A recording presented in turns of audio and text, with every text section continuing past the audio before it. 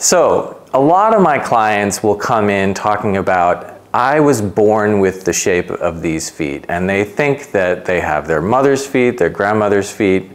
And while genetics has some impact on the shape of the foot for sure, and the shape of the bones can't be changed, you definitely can change the relationship of the bones to each other through soft tissue work and adjust the shape of the foot to some degree. So let's find out how.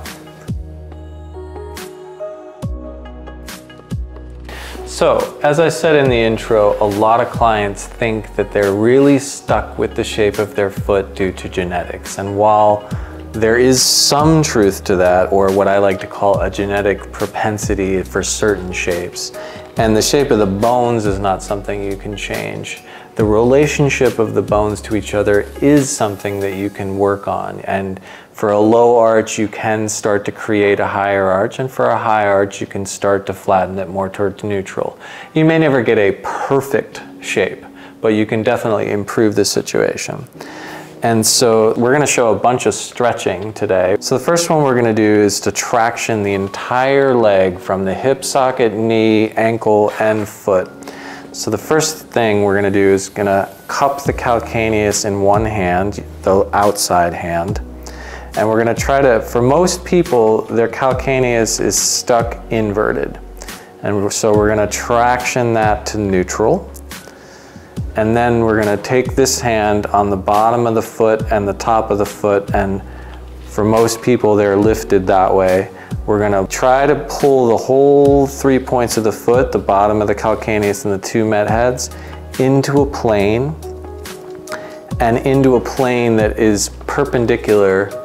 So they are a little pointed right now that way. We want to bring this perpendicular and then traction everything lightly backwards.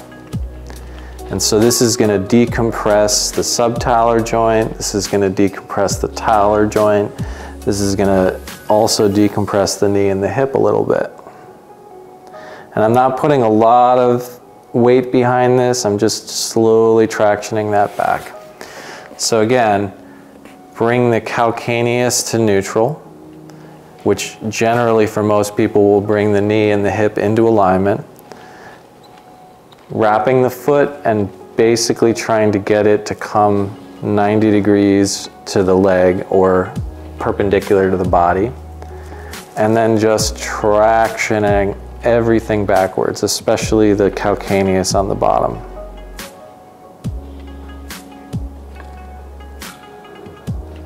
Great. And that will definitely help decompress both the ankle joint and the subtalar joint, but also the knee and the hip. All right, so for people with low arches or flattened arches, in general, the musculature on the top of the foot is too tight and fascially stuck. And it's basically lifting their whole foot in this direction. So in order to stretch the top of the foot, you'd think you could just go like that. But most of that is getting taken up by the ankle hinging. So again, I really want to traction that calcaneus and try to keep this from being an ankle hinge. So keeping that calcaneus in neutral and then tractioning the toes and the top of the foot down and away to stretch the top of the foot.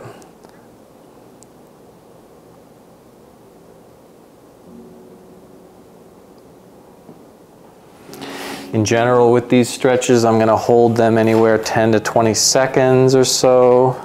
And I'm not trying to go for maximum range. What I'm trying to feel is this sort of gentle, slow release of the tissue.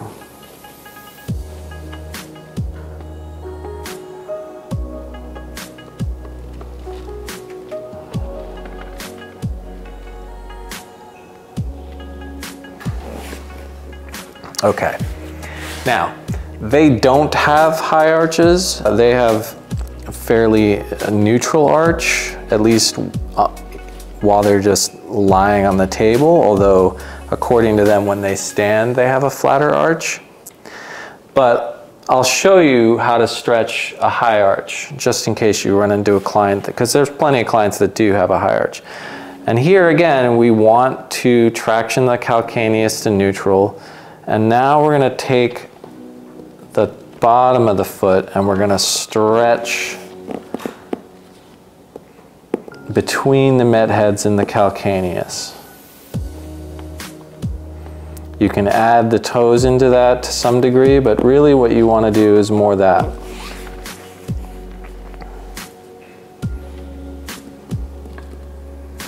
I'm not going to do this very long with them because actually they don't really need it. They're already pretty loose down there.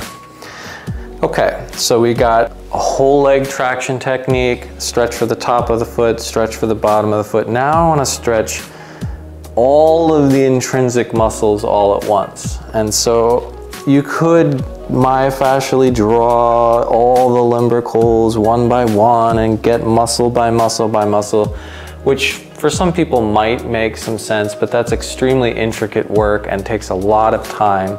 And for tiny little muscles like that, it might not really do much. So my preferred way with a client, at least the first time I'm working on this tissue, is to simply do a stretch that kind of gets everything all at once. And so the way that I'm going to do this is I'm going to contact the bottom first, because what I'm going to try to do is slide my fingers between their toes. And if I just went for their toes immediately, they would probably tickle and jump right off the table. So the first thing I'm going to do is just contact like this near them to get their brain used to the idea that I'm going to be there. And then I'm going to slide my fingers right between all the toes. Now, for a lot of clients, that will be relatively easy. For them, that was relatively easy. For other people, this might take 10 to 20 seconds. Or you might need to just slide in place and just relax for a little bit until they get used to it. On me, personally, this feels like daggers in my feet at first, and then it feels really good. So now that I got my fingers in between each of the toes, and preferably all the way back into the web, I can grab the ball of the big toe between my thumb and my first finger, and again, try to traction the heel back. And I'm just going to roll through all of the metatarsals. And so I can roll up and down like this, and I can also twist in and out like that. And I can make sure that I've got all of the toes. I can also do a little work right there on the first metatarsal, just trying to get that joint right there to move a little bit better. But basically, I'm just trying to roll through all the little intrinsic muscles of the foot, nice and easy. Some people love this, some people don't, but I find it to be a very quick and easy way to kind of get everything in the foot all at once. And so again, I'm going to contact under the met heads just so that they don't tickle. And then I'm going to try to slide these fingers in between here. And grabbing this and the bottom of the foot, I'm going to try to mobilize, just making sure I've got all the toes, and I can roll up and down, and I can twist. The bottom hand, the thumb can come and basically try to find stuck points underneath and pin and stretch those as I'm working through this tissue.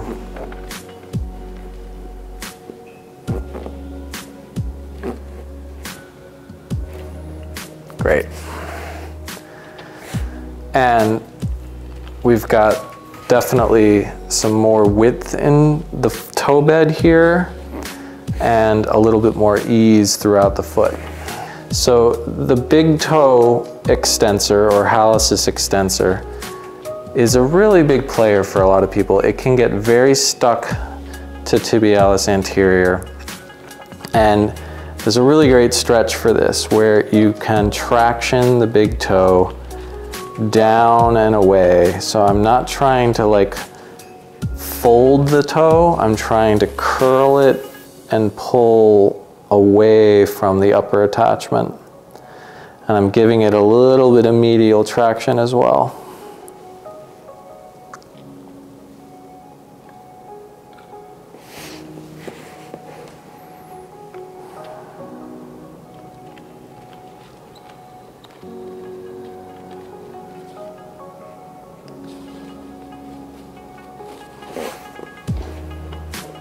Great. There you go. If you like this video, please subscribe to the channel for updates and check out the description below for our live 2-day foot and ankle class. And we think you'll like this video as well.